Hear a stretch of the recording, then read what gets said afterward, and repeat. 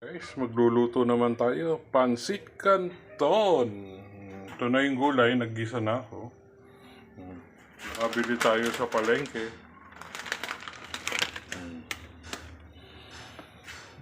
Lalagay na natin siya.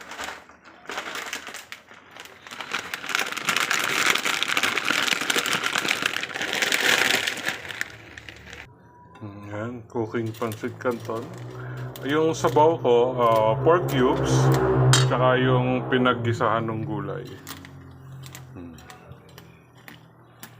Simple lang naman mag-Pansit Canton. Sa huli, lalagyan natin ng oyster sauce.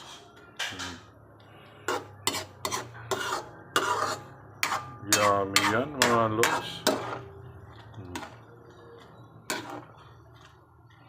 And may sabaw siya kasi sisip-sipin pa ng Pansit Canton yun.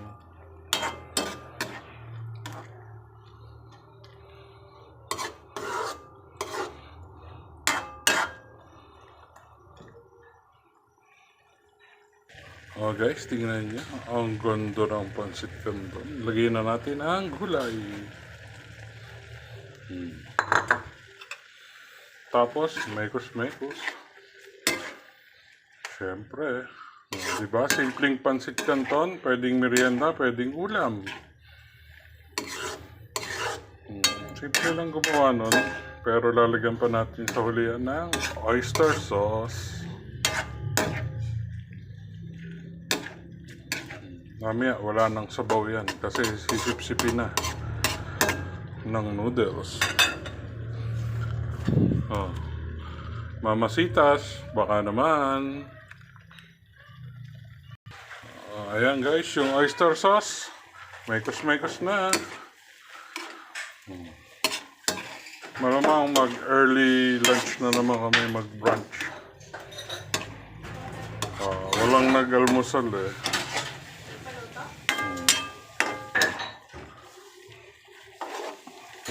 Yummy oh, ang pansit. Sarap nito.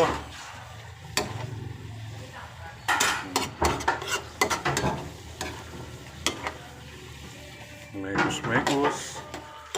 Takpan lang ng konti, tapos luto na yan. Oh guys, luto na ang ating Pansit Canton Espesyal. Diba? Ang ganda. Oh. Yummy, yummy to. Sarap. It's done.